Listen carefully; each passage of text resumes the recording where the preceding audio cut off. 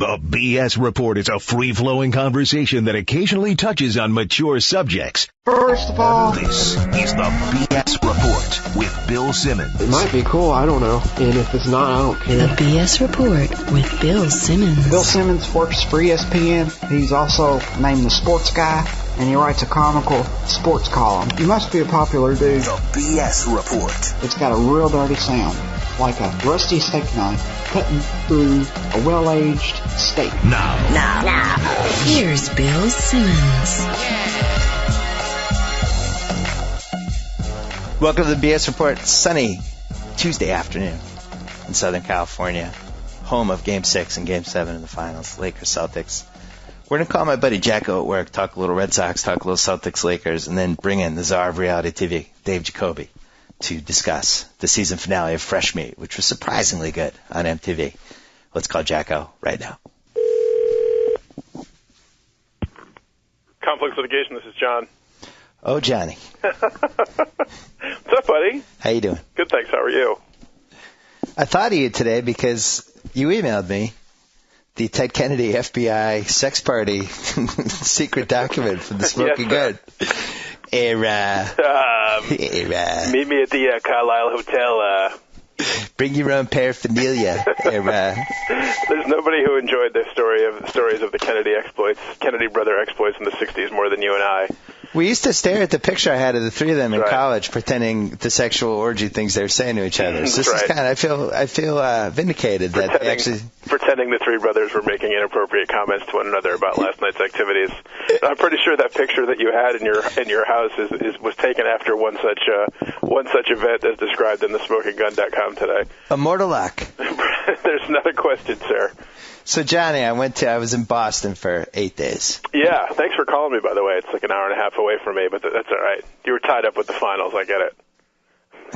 I should have called you. Well, the thing is, I didn't have double beds this time. It's all right. No, We would it's have had to okay. share a bed. We're both in our 40s That now. It would have been awkward. Would have been a little awkward, yeah. I'll cut you some slack on that one. I got in a lot of family time. I can understand. Absolutely. But on Friday, I went to Fenway Park. Home of the Boston Red Sox. First time in a couple years. Okay. And had dugout seats, Really? thanks to a friend at the NBA Nice. who I sat with. But so we were right next to the on-deck circle. Mm-hmm. And I hadn't been to Fenway in a couple years. I don't know whether it was the Philly fans or whether it was an off night or what was going on, but not a good crowd. I was No? really bummed. Yeah. When I went up there in April for the third game of the Yankees-Red Sox series, I guess it was. I can't remember now if it was the second or the third game. But anyway, whichever game I went to, I was amazed by the number of Yankee fans in attendance with good seats and the overall sort of ambivalence of the crowd. It was weird. It was, first of all, there were a ton of Philly fans there, which I expected a couple, but not a sizable amount. And then, so the Red Sox score 9 runs in 2 innings against Jamie Moyer, who just was thrown to the wolves, literally and figuratively. Yes. It's so bad that you even felt bad heckling him. Yeah. It's like heckling your grandfather at this point, really. I mean, Yeah, because he's like a physical marvel. Like, he's 48. It's like, yeah, we're screwing you up, you 48-year-old. Right. So the Sox score 9 runs, and Jamie Moyer gets 3 outs. He gives up 9 runs, 9 hits, and 3 outs. They take him out. Some other guy comes in, and the last 3 runs the Red Sox score, the crowd doesn't stand for any of them. And in fact, the runs 8 and 9, I was standing, and I turned around, and not everybody was standing, and I didn't want to block people. And I'm like, I'm nervous about blocking people after the Red Sox score a run. Well, you know what I think it is? My analysis of this is that Fenway, because of the post-2004 success, one, they've sort of priced the Murph and Sully old-time cigarette dangling from the lips, screaming obscenities fan from the games, because they're too expensive to go to now for the average guy. Or they're in right field or the bleachers, and maybe those people are standing. I was just between the bases. Between the bases, I think it's become a place. It's like a fancy chic restaurant or nightclub. It's a place to see and be seen, basically. And you get like a non-baseball fan that's just there to sing "Sweet Caroline" and wear their pink hat and drink $9 beers and text their friends.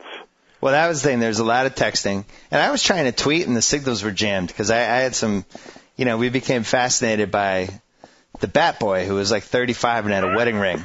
So I wanted to tweet about him all game, and I was only able to get a couple out. But when you have a wedding ring and you're the Bat Boy, it's probably a sign you shouldn't be the Bat Boy. It's kind of like on Seinfeld when Kramer was going to have the great ball man experiment, Yeah. At the U.S. Open. Yeah, it's exactly like that. We were calling him the ball adult.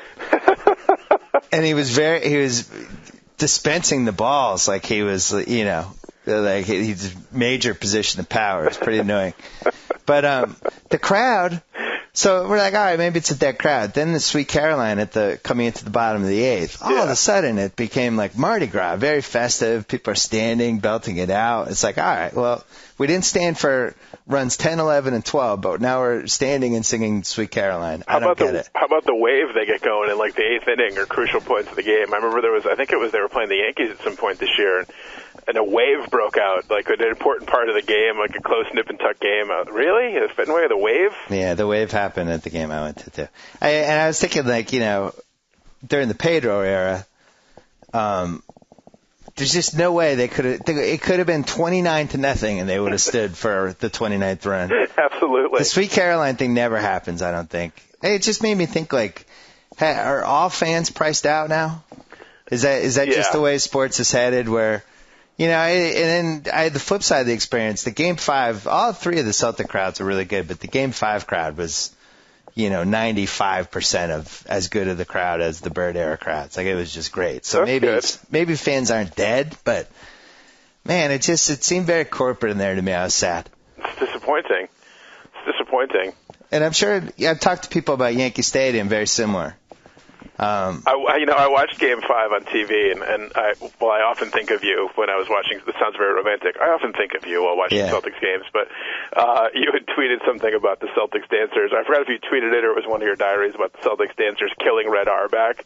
Yep. And I caught the beginning of Game 5, and I was onto it early enough that I could watch all the pregame introductions and all the pregame stuff, and like the darkened arena, and they play the highlights, and it's really like super emotional, and you're getting all pumped up, and you're like, this is cool. And then they would show like the Celtics dancers doing some routine on the court before players were introduced, and part of me died. I'm not going to lie to you. I mean, it's ridiculous. It's like all this real emotion, and you're getting fired up like the old days, and then these women are doing these like gyrations with pom poms. Really? I got upset in Game 4 because there was a couple great moments where the crowd just would have chanted "Beat LA" the whole time out, like real old school Garden moments, and yet the previously scheduled Celtics dancers routine was scheduled to run during the timeout. The crowd's chanting "Beat LA," and all of a sudden gets blown out by music and a dance routine. It's like, it's the freaking finals. Yeah, right. We don't need a dance routine. I just want to chant "Beat LA" and yell things at Kobe. I didn't see cheerleaders. Exactly. So they toned it down a little in Game 5, but the Fenway experience was really, because they built up so much around the park. When was the last time you were there? How many years ago? 2008, so it's been 2 years. Okay. I somehow missed last year, but now they have all these bars and restaurants, which is really cool because it seemed like a lot of people don't even go to the game. Like, they just go down there and sit in the bars that have the open windows and be part of the scene, basically. Yeah, you're not like in the old days. You went to Cask and Flagon, or you waited online for the Beer Works, and those are really your two options. And then they've just added like a bar a year, and now it's like, it's fun to go down there. But I don't know, a lot of kids too. Yeah, everybody's young. The game I went to was like a lot of like either college age kids or just out of college age kids. So it's just like being at any other bar. There just happens to be a baseball game going on, essentially. Yeah. I do wonder if the whole texting, emailing, and cell phone thing has hurt baseball more than any other sport. Because of the downtime, you have time to do it. Well, it's ultimately you're not really, unless it's bases loaded in the seventh or whatever, but during the actual ebb and flow of a game, it's not like you're really going to miss that much if you're texting. You'll hear the crack of the bat. You can look up and hear the crowd's reaction or whatever, yeah. Yeah, and 20 seconds between pitches. And I talked about this, I forget who I talked about this. I think it was even on a podcast, but whether it was better or with Corolla, whether it was better or worse for baseball, going to a baseball game, because it's better in the sense that baseball games are boring. Mm-hmm. But it's worse in the sense that, it kind of highlights how boring baseball is because you're able to send texts and emails for 3 hours while the game's going on. Yeah. Nobody's emailing during the Celtics-Lakers finals game. No, unless especially it's that a third timeout. quarter of Game 5. You couldn't catch your breath. So have you been watching? I have been into the finals. Yeah, I told you, I emailed you a while ago before the finals. For some reason, I've been more into the NBA playoffs this year than I have been in a long, long time. I really hadn't cared about basketball since Larry Bird retired, but for some reason this year, I don't know, there was compelling storylines and the LeBron thing, and I don't know, I was into it. I've watched a really good portion of playoffs this year, more so than years. I now recognize a lot of these names that you've written NBA columns about that just went over my head before. Is it more fun to root for the Celtics or root against the Lakers? Root against the Lakers. I think that's every American's duty. When they have guys like Pau Gasol, it's so easy. I mean, he's like the biggest flopper, and it's like the typical like Euro flopper. How did he not end up as a professional soccer player? That's what I don't understand. Same for Fisher. Fisher would have been a great soccer player. He's a big flopper too. And these guys, I mean, now in the NBA, I realize you got to sell it. But I was watching the game the other night, like. You bump a guy and they fall back like, oh my God, is he ever going to walk again? It's ridiculous. Right. Pierce is good. He's an offensive flopper. He's good at when he's dribbling, getting bumped, and then just lurching his body like he's been like bullets have been fired at him. Ah! Jeff Van Gundy was all fired up the other night about when Rondo pushed Artest. And that was a legitimate push, but Artest kind of sold it, and Van Gundy had like a 5-minute rant about how Rondo weighs 115 pounds and he couldn't knock Artest back that hard if he tried. Right. Artest was trying to sell it to get the technical totally, but yeah, the flopping is something else. And the Lakers, it's easy to root against Kobe, although God, he is freaking good. That third quarter, I mean, he was putting up it wasn't just that he scored so many points, but the shots he were putting up, if you were the coach, you're like, no, Kobe, no, and then it would go in. I'm like, oh my God, he's unbelievable. What a player. I think the coach doesn't even say that anymore. He's just resigned to those shots. But, yeah, the degree of difficulty is off the charts for every shot he makes. My favorite thing, though, is when Artest shoots, though. That's fantastic. And the crowd. There was a game this year, I forgot, in this finals, I forgot which game it was. Maybe it was game 2, where he dribbled up the court. He didn't pass to anybody. He had the ball the entire 24-second shot clock and put up like an off-balance 3. It was fantastic. It missed everything. Yeah. It was brilliant. It set back the game of basketball about 150 years. It may have been what killed John Wooden, that one position. The crowd at the Laker games, it's always they're on the edge of their seat anytime he has the ball. He's an adventure, and plus he's an adventure because you never know when he's going to snap and just go crazy, so that's exciting too. I was worried, I'll be honest, in Game 5 because I was sitting right next to the Celtic bench, and he had that crazy melee look. I called it the melee look in my diary. He had the melee look, and I was like, I'm in the first couple rows here. I'm one of the people who could go down. No, Ron, no. There was I forget which quarter it was, but he had 2 free throws and he shot the first one, and then Pierce went and he walked across the lane to like change positions for rebounding on the other side, and he got a little too close to Artest, like when he crossed over, and Artest didn't like it. He started saying something to him, and I'm like, oh my God, Paul Pierce! It's like when you were playing pool that time. Be careful, get out of there. That takes guts to like try and like thumb your nose at Ron Artest. I'm like, easy, Paul, easy. It was crazy. The other one, there's some creative chants at the game that I had nothing to do with, but. You put the Celtics Twitter thing away for Celtic tweets for the finals? Yeah, you need to beat LA and you're good to go. Right.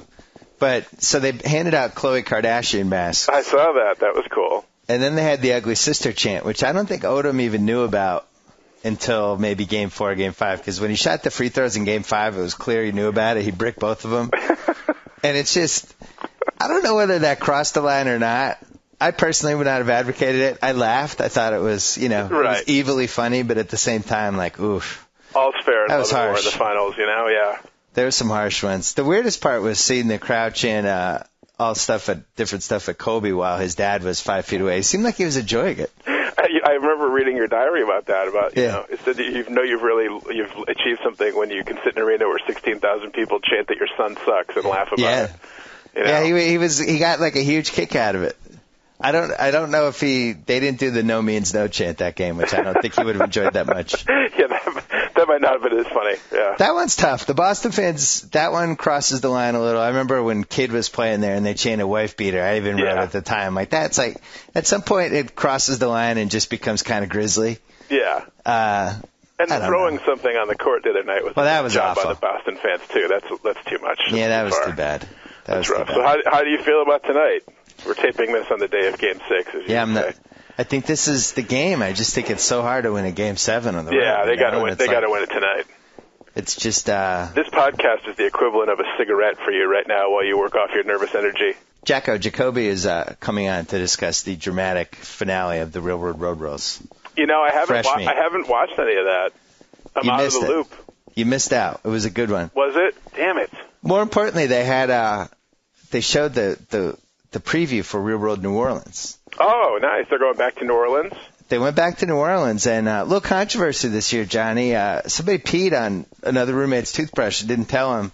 Ooh. And the guy developed mononucleosis and strep throat and was brushing his teeth with that tooth that the guy also put in the toilet, allegedly. Oh, jeez. And got sick and ended up bringing charges against the thing, and they actually got reported in the newspapers, which is rare for the real world. Usually they kind of bury. Yeah, they pay somebody off. That's unbelievable. So, yeah, it's going in a direction I'm not sure we needed to go for the real world. Jeez. A little too real. Yeah, boy, that really is a little too real. That's awful. Were we ever mad at anyone in college enough that we would have peed in their toothbrush? I think no. That's a bridge way too far. Yeah, I think even touching somebody's toothbrush is a little too far. Yeah, that's not good. Bodily fluids on things that go in your mouth aren't a good idea. Yeah, bodily fluids in general, not a good idea to bring into any sort of anything. Yeah, that's not going to end well. What do you think is going to happen tonight? I don't know. I mean, you made the point that home court probably doesn't really matter.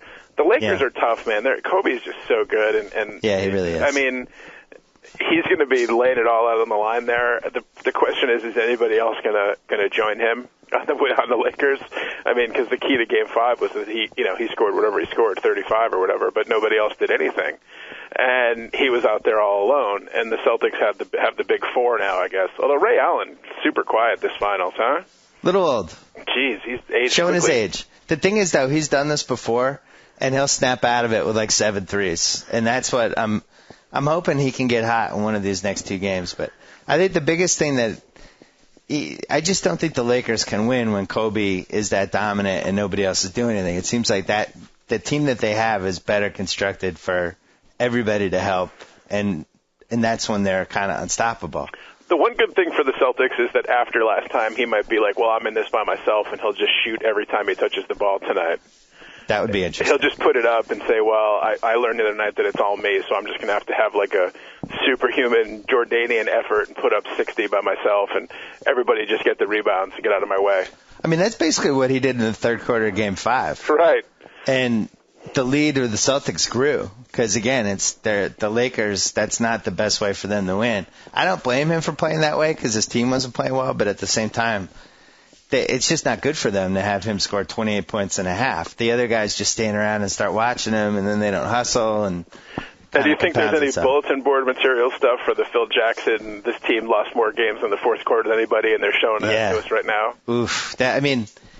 First of all, that was true. I had no problem with it because the Celtics team collapsed all year. He was totally right. We didn't make that up, but this is why coaches' huddle shouldn't be mic'd. Well, the funniest thing about that was my wife was doing other things, and then she came down, and I was watching the game, and it was halftime, and so they went to the wired portion of the game, and so they show Doc Rivers, and he's like spouting platitudes, and the same thing for Phil Jackson, like rebound. And I said to her, I'm like, this is so ridiculous because these guys know they're wired, so they're never going to say anything controversial. You're not going to hear Doc Rivers like take it right to Gasol because he's soft as Jello and he can't stop any of you guys or anything. You know, they know they're wired. They're not going to be controversial. And then actually, it goes deeper than that. Yeah, we should have Jacoby on the line. Hey, Jacoby. Hey, I'm Jacoby. What's up, JackO? You were about to get into the Phil Jackson thing. Well, I was going to say that the way they do the wired thing is they filter it, so the coaches don't have to worry what they say, and they have a deal. You know, we won't show any strategy. We'll only show like your motivational tactics. So I think the guy who made that call was a guy who said, "Oh, he's just trying to motivate him." But meanwhile, You know, those were fighting words. I don't think the Celtics, Doc's going to play that card big time tonight, I think. I would think so. And I could see Phil Jackson saying, you know what, I'm not going to be wired tonight. How about that? You know? Wire this. The Times did a really good article about this woman who like sits in like the basement of MSG in this like locked up soundproof room, who's the only person who's allowed to hear everything that's on those mics. Really? And everything else gets deleted. Deleted? I mean, I can't imagine they keep it. No, they can't. They have to keep it for those like retrospective things. Well, we always talk about this, but who is going to be the person who has all the raw footage who says screw it and leaks it, whether it's going to be the naked Survivor footage or the naked Real World or the coach of the huddle footage? Go after Kobe. You got to go after him. Right. Bring up the 2003 trial. Do what you have to do. What? Bite him in the knee. Go for the knee. Take him out. Sweep the leg. Hey, Jacoby, we got to ask Johnny quickly about the Yankees, and then we're letting him go. How do you feeling about the Yankees, Johnny? I feel good. Even my nemesis, Javi Vasquez, has come on here of late. The competition, I think, has helped a little bit with that. But still, 6-5 for Javi. He's looking okay. What a rotation. You're only up 4 games, which I know. is not bad considering a lot of injuries. No major, gigantic injuries, but a lot of, like, subtle injuries. You know what I'm saying? Right. The Yanks were without Posada for a while and, you know, nicked up here and there. Granderson. Nick Johnson was who we thought he was, so he's gone from our lives mercifully. Right. But, yeah, you know, they're in good shape. And the Rays came back to earth after a phenomenal start. You knew they couldn't keep that up. So I feel good. I feel all right. Sox are lurking, though. Lurking a little. I think Nick Johnson is the Andrew Bynum of baseball. Yeah, he's just, oh, God. He's tantalizing, and everybody's like, oh, if he can get healthy, when he plays, and it's like, wow, at some point, this guy just can't stay on the field or the court. Exactly. You know? No matter what raw talent he has, if he's not playing, it doesn't do any good. So you're afraid of the Red Sox?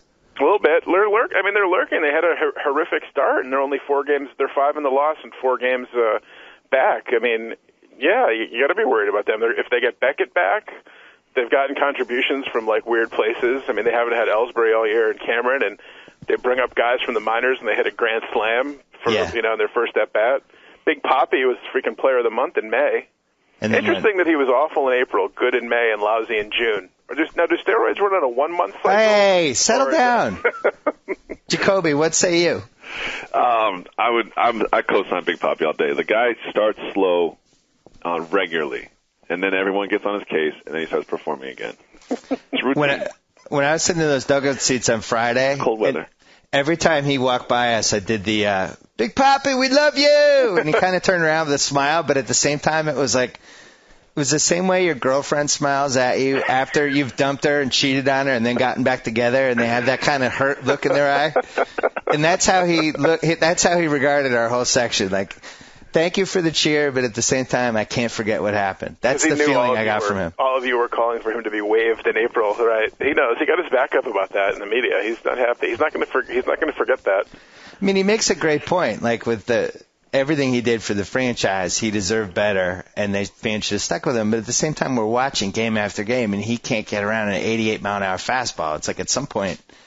And he killed like any number of rallies. I mean, he left more guys on base than anybody in history. So the Red Sox fan got a little antsy. You got to cut him some slack there. Jacoby, you taped him for the next round with Scoop Jackson. Yeah. Before the season when he was in good spirits. And it was right after opening day. And what he's cultivated this reputation as being this like big, lovable, teddy bear, jovial, always smiling, life of the party kind of guy. And I was going into the thing, I was like, there's no way that he could possibly really be that in real life. And he was that times 10. I mean, he was just the nicest guy in the world. After the interview was over, there's like a bunch of kids around. He goes, okay, bring all the kids over to me. And he just plays with the kids for a little bit. It was just, the guy was just a sweetheart. I mean, he was just exactly what you'd expect him to be. That's awesome. Do you think we could, after he retires, we could just hire him for ESPN and just hang out with him? Yeah, for sure. I don't even think we need to put him on the air. Just have him in Bristol, just walking around. Hanging out. All right, Johnny, we'll call you next week. Sounds good. Good luck tonight. How you feeling about the Yanks? You're still probably like a 0.0. Yeah, I feel good. I've no worries, knock on wood, no worries. How about the Celtics? I don't know. I feel good. It's better to be up 3-2 than down 3-2, obviously. So like a 5? Yeah, I'd say 5 is good. I think you got to win tonight because I don't think they're winning a Game 7. I'm like a 9.5 because of the whole the ESPN, ABC, everybody, NBA. Yeah, Dave, needing the Game 7. Phoning this one in. I just had to worry. But on the other hand, the Lakers at one point had 15 more free throws than the Celtics with like 2 minutes left in Game 6. So I don't know what else needs to happen. In a controversial decision, Jerry West is going to be the referee for tonight's game. What? I want to ask a question quickly. Yeah. Why does everyone I talk to says, oh, yeah, they could never win a Game 7 in L.A. They could never do it. I don't understand why. Well, I'm just saying it would be tough. I don't think it would be impossible. I just think Kobe in Game 7 at home. But what about Game 6 with his back against the wall? What changes? It's an elimination game. it's a good point. And if you True. look at NBA history, 2 teams have done it in the last like 40-plus years, the 69 Celtics and the 74 Celtics. And both of those teams were older, like less prone to get taken out by the crowd or get nervous. And that's the kind of team the Celtics have. So I agree with you. I think they could win a Game 7. It's just you never want to be in a situation where you have to do something that's happened twice in the last 45 years. What's a motivational swing when, they got all the cards right now, and then you lose, and then the Lakers get like a second life, Yes. little rejuvenation. All right, Johnny. All right, guys. Thank you. See Talk to you soon. later. Take care. Bye-bye. Jacoby, that was a menage a pod there Yeah, for that a was couple fun. minutes. That was It was fun. good. All right, real world. Fresh meat. Yeah. You are the czar of reality TV, Dave Jacoby. They finished the season on Wednesday night. And actually, we've always had a problem with the final challenge. Yeah. This year, a really, really, really kind of good challenge. I was into it. Really, really good challenge. You happiest you've ever been coming out of a final challenge? Coming out of a final challenge, yes. I thought Kenny had it in the bag. And then just even they explained it, first of all, TJ standing there, and he's going, all right, the winner of this challenge is going to be the first person to the top of that mountain. And the camera pulls back, and the mountain, it might as well be Mount St. Helens. It was high. It was up there, and it was full of snow. And you can just see them kind of look at each other like, this is going to be tough. Yeah, this would not have been a good year for, what was that guy's name? Easy? Yeah, Easy E. Yeah, Easy. Would have died on the mountain. Would still be there. He'd be like one of the dead rugby guys in alive. Well, I think this is one of the, I'm glad you brought it up, because one of the things I've thought about this entire year, which I love, by the way, is like it's actually becoming really, really athletic and like trainery. Yeah. You know what I mean? Like you have to be in really good shape or you're going to be off the show. You can't drink the night before or you're going to lose the challenge or the elimination or exile or whatever. Yeah, but that's not a good thing, though, because we want people to drink the night before. That's what I'm saying. That's one of my problems. This is dissuading the kind of people that you need on a good reality show from being on the reality show. The crazies. Yeah. You need the crazies. You need the drunks. You need the dudes with tattoos. They look like they found on a corner of Haight-Ashbury. You need these like St. Mark's Place kind of guys on the challenge and girls, like the crazy people. And what it's becoming is like, Mary, you always joke that it's like the fourth major sport. It's like kind of becoming that. Right. Like they train. They work out really hard. I need more spelling bee type challenges. Yeah, and like spelling bee, and like they used to do the goofiest stuff, like the human Tetris sort of thing, and just like stupid stuff. Roller derby. Remember these things? They're just weird. Well, maybe this was the theme of the season. Yeah. There was at one point where they they had to carry an 80-pound bag up the side of a mountain, Bill. Yeah. How far could you carry an 80-pound bag? No, I watched those challenges thinking that I would have to immediately quit each time. That's exactly the same thing that goes through my mind. Because I'm watching these guys like, okay, they're obviously in better shape than I am, and they're done after 4 minutes. The guy's like a semi-pro athlete, collapsed after 2 minutes. Yeah. It's going toward a direction that I don't like. I liked it for this season, but I would like them to get back to the debauchery and the stupidity and the unintentional comedy. I'd like to, it was a good one. Like, here's an example of one that kind of combines all the stuff that I like, was the one where the person was upside down and they were swinging them, trying to swing. You had to build the blocks, but if you swung them the wrong way, they hit the blocks. I love that one. Evelyn's upside down, just yelling at the guys. Yeah. What are you doing? That was good. Anything that can make TJ Lavin laugh, that's a cosign for me. Can we? I just want to give TJ a big thumbs up for his performance of late. Really? Like when you talk about what Kobe did in the third quarter of Game 5, how he just went to another level and degree of difficulty. That's how I felt about TJ all season. That's how I felt about TJ. He really came on late, though. I mean, his watershed moment was obviously after Evan Luke got eliminated. Yeah, he dismantled Evelyn like a ticking bomb. Yeah. He just murdered her. He crucified her. He did. I mean, she was, I mean, for the people that don't watch the show, I can't imagine that they're out there. She lost this challenge that she takes extremely seriously. And her sort of like stony, couldn't care less, like 22-year-old, like, or Northwestern crunchy partner guy was like, just be a gracious loser. Like, it's not the biggest deal in the world. It's no big deal. And she just lights into him. Yeah. Well, she was crying and also immediately crying. Yeah, of course she was. And she also, screwed up the pivotal decision where she eschewed the puzzle and ended up being a 5-minute penalty, and that's why they lost. Which to this day she still doesn't think was the problem, which is ridiculous. In the reunion show, she said, it's always fun in the reality shows when somebody who just has been portrayed horribly and obviously acted inappropriately plays there was stuff they didn't show because there's no way to prove it. Like, it would be a good excuse for anyone who screws up in any point of, in anybody. Yeah, Vince Young right now is like, they didn't show the rest of that strip club video. Yeah, it's gonna work. You just say it, and they didn't show the rest. That's careful editing. They didn't show when he wanted to quit, and they didn't show and I was carrying more bags than him, and it's like, all right, well, there's no way to prove this, but yeah, sure. I think she's my least favorite person in a good way because I like rooting against her. You need those. Maybe my least favorite that's been on the show. I really dislike her because she does the thing, and this happens on Survivor too, the people who claim they aren't about the strategy, and then they're plotting the whole show. Yeah. I don't want to get caught up in strategy. I just want to play a good game, and then it's like they're hiding in the bathroom talking to people. Yeah, I mean, I think that's most of the people on these shows. I mean, they're like, look, it's really important to me. It's just honesty and my word and justice. These are the things that really loyalty. This is just part of my fiber. This is part of my being. And the second they walk out of that room, they're like sneaking behind a bush to plot against their best friend on the show. A couple important questions that only the czar can answer.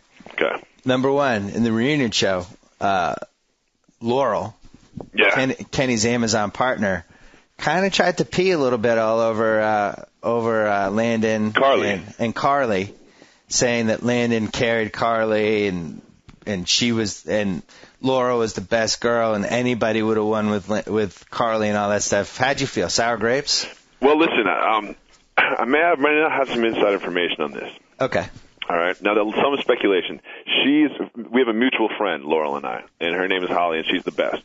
And I believe if you're friends with Holly, you've got to be cool, right? So this is the first sort of fact that I'm going to put on the board, right? Yeah. So I'm thinking, and then she certainly did not act particularly cool during that reunion. It wasn't like, oh, yeah, that's a cool girl, chill girl I want to spend time with. I have a theory. I think that Kenny got into Laurel's head and said, listen, like, if you want to go far in this sort of challenge thing, like, if you want to come back next time, if you want to be, like, sort of on the cast over and over and over, you've got to sort of be something.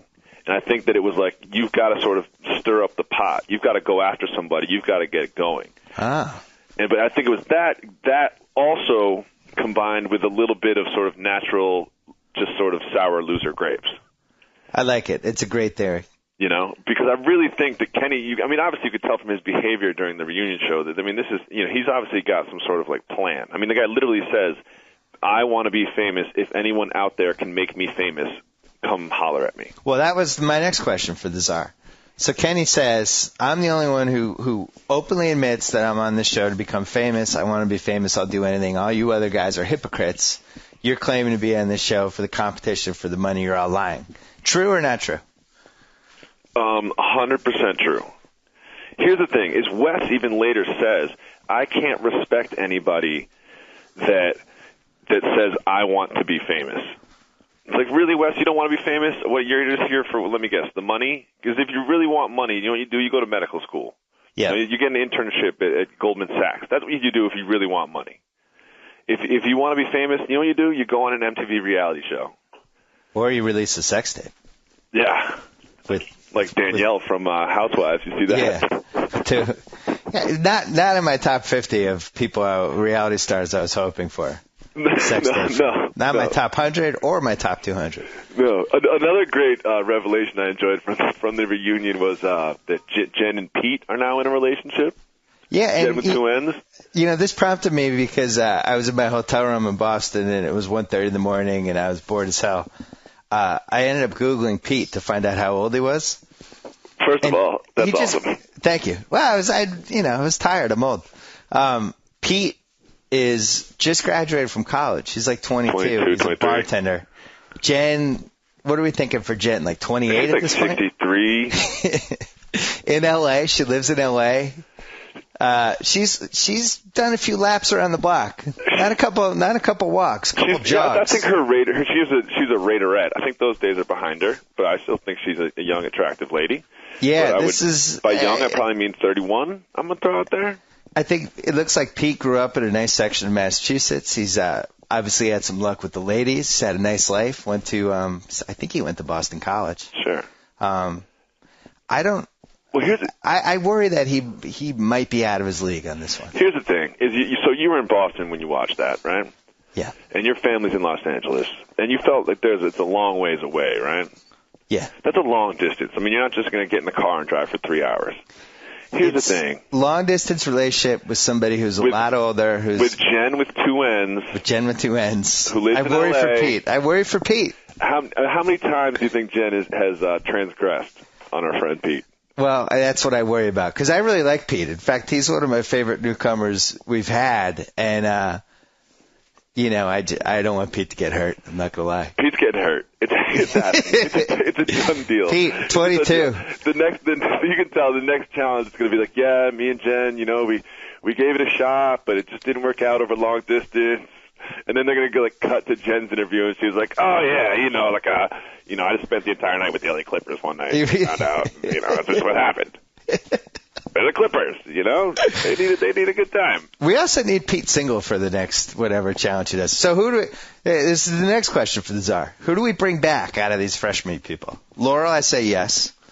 Yeah, for sure. Laurel, like 1,000% has to come back. Carly has to come back. Yeah, just so she can lose in the first one. I mean, she was literally carried by Landon. And I want Nora back. Really, Nora? I wouldn't have invited Nora back. I want Teresa back. Teresa needs to come back. I want Mandy back. Oh, Mandy, the one that Jen said looked like Tori Spelling. Horse. And then apologized at the reunion. I'm sorry. I talked with Mandy about that, and I apologized. Sometimes the most nonsensical insults are the funniest. Tori Spelling reject? Like, what does that even mean? Did I audition for a Tori Spelling role? How do you lose an insult contest with Jen with two ends, too? Well, especially when you've seen some of her work on some of these shows. Like, that's not a contest you should be losing. No, it shouldn't be. Mandy, fresh meat out of her loop. Also, like, Carly's whole, comeback to Laurel's attacks was like, you're tall. Yeah. You're tall. It's like, is that supposed to hurt my feelings? Right. Like, you're really tall and really athletic and pretty. You're the worst. So we'd bring back Pete, obviously. Yeah, I don't love Pete like you do. I think the words Boston and bartender next to each other kind of make you like Pete. I like Pete though. He's the good guy. Like I saw him early, and he's like, "That's a good guy. He'll end up hooking up with one of these girls for the entire show, and he'll be the good guy." Yeah. They don't have enough of the good guys. Like I feel like Pete's not the guy who's gonna backstab anybody, or he's a Boston guy. This Cara Maria will never come back, but I'd like to see her come back.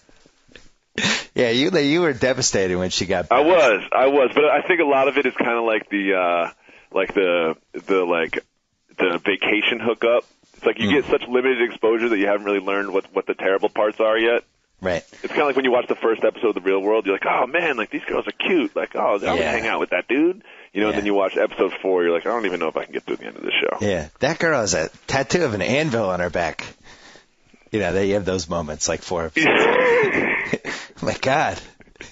When you said it, I was like, does Cara Maria really have a tattoo? No, I was saying because anything's possible. There's always those moments with these shows. You're like, oh no, I didn't know that.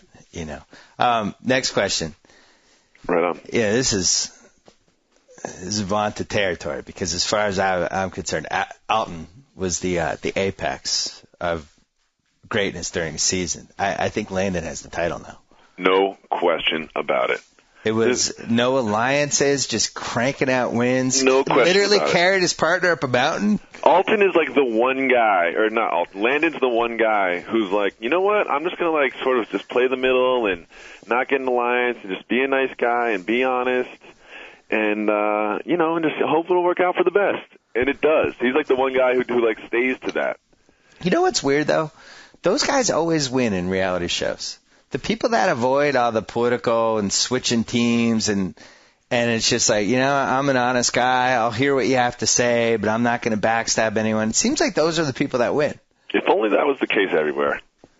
Yeah, but I mean, in reality, that should be like if you're playing Survivor, even if you go in this game, you shouldn't be like, oh, I'm going to join an alliance. I'm going to align with this guy. Like, it's actually what you don't want to do. Yeah. But I thought, when you think like looking back at his Real Road Philly season, I love that we're breaking this down like Mel Kiper and Todd McShay break down an NFL draft. I'm just saying, when you look back at his Real Road Philly season, Dave, you can see the seeds planted. Well, but in that season he had the drinking problem. They had the intervention with him. Yeah. He was really a horrible drunk. Yeah. And just kind of a dork and not comfortable in his own skin. And now I see this guy who, he's not a drunk. He doesn't embarrass himself. He's in good shape. And he's a grown man. And like yeah. when they're all like, climbing up mountains and carrying, 80-pound bags around and stuff like that, they always cut between these like four dudes. It'll be like three dudes just really being cruel and screaming on their female counterparts. Just like really rude. Like when you watch it, you get this uncomfortable feeling. You're like, come on, man. Like, obviously this girl's at the end of her exhaustion. She's trying his hardest, And Landon's kind of, he's like, encouraging and supportive. Well, you're going to love this.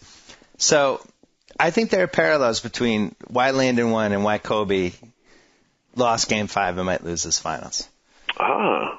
If you put Kobe with Carly, the overmatched partner who's really going to try but not that talented, Kobe just melts her down, ruins her, they lose, and then he's leaves like, her hey, crying on the side of the road and then yeah. points the finger at her when TJ comes. I did my best, but she couldn't hack it, and you know what? I can walk away from this with my head held high. I was great, and she sucked. And next season, if I get a real partner, I'm definitely going to win. Yeah, and I'll come back, and the only reason I didn't win was because my partner was bad. Yeah. And Landon was like, my partner's bad. All right, how can I win? And he did whatever it took. He never, ever cut her down, made her. And this is why I love this show, because there are parallels to sports with the show, as crazy as it sounds. No, for sure. And also, Landon's emotionally supporting her through 3/4 of the race, and then literally I think the quote was something like, I just put my head on her butt cheeks and started pushing her up the mountain. I mean, he's literally like pushing this girl up a mountain. Like, you look at how Kobe acted in Game 5. And we're taping this the day of Game 6. So he has Bynum, who's limping around on a bad leg, who plays 32 minutes, who was really in pain and was gritting it out. Because I was there, I was watching his face and stuff. He has Artest, who's never been in a game like that in his life. He's never played at that level competitively.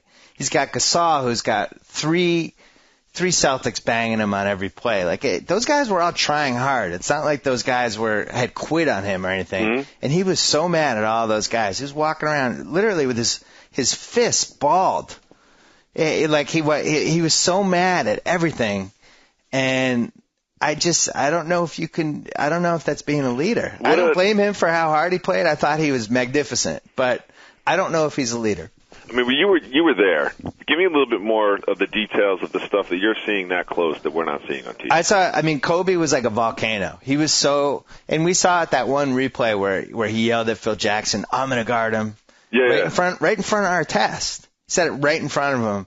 And that's like, to me, I don't think that's being a good teammate. Like, it's one thing to say, come on, Ron, we got to step it up. Or then it's another thing to say, hey, Phil, I think you should put me on our test. As an aside. But to call the guy out and just be like, this guy sucks. Let me do his job. I'm better than all these guys. I'll do it.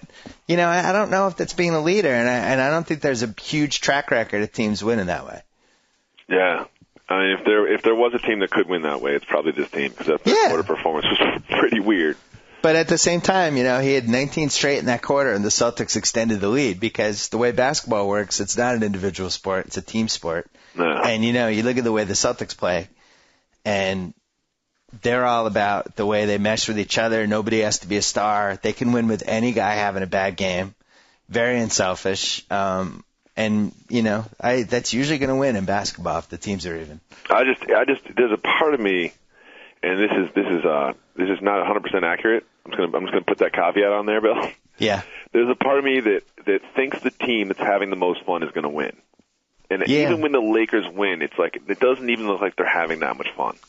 Unless they're winning handily, and they had games against Philly and Utah where they look great, and I think Kobe, when they're winning, is a good leader. I just think when things, and this is people have told me who are NBA players, when things go wrong, that's when real leadership happens, and that's when you find out how good of a team somebody has and how they deal with adversity, and that's why these next two games are so fascinating because the Lakers still have home court advantage. And they should still win this series. They played the whole season. They have these two games at home. And if they win them, they win the title. And, yeah, it's adversity, but ultimately they're in the driver's seat. They're favored by 6.5 points tonight. And if they don't win, I think it's a choke. So Tonight? Yeah, I think if I don't think so, Bill. I think choke's a strong word. I think the Celtics have a really good strategy, and they've got a really good team. They're firing on all cylinders coming off those two wins, and I would probably take the 6 points easily. Jacobs, if you lose a title at home, it's a choke. It's not a joke. It is. The 85 Celtics, I love the 85 Celtics, but they choked. They had the last two games at home, and they should have won that series, and they didn't, and they choked. It's not a joke. Well, we disagree on the word choke. I'm going to go on record. They're going to lose tonight. All right. I think the Celtics win tonight. The czar of reality TV, Dave Jacoby. We have to go. All right. Well, have you come back for a little real world analysis? Yeah, for sure. Do you see the trailer? I did, and looks solid. I give the trailer like a 7. It was all right. There's some potential there. We'll follow you on Twitter, Jacoby, and then the low, what's that called? Underscore. Jacoby underscore, at Jacoby underscore. Dave Jacoby, thanks. Later. Target to sign off. Whoa! Thank you for downloading the BS Report with Bill Simmons. Too much fun. Check out more podcasts at the iTunes Music Store or at PodCenter at ESPNRadio.com. Peace out.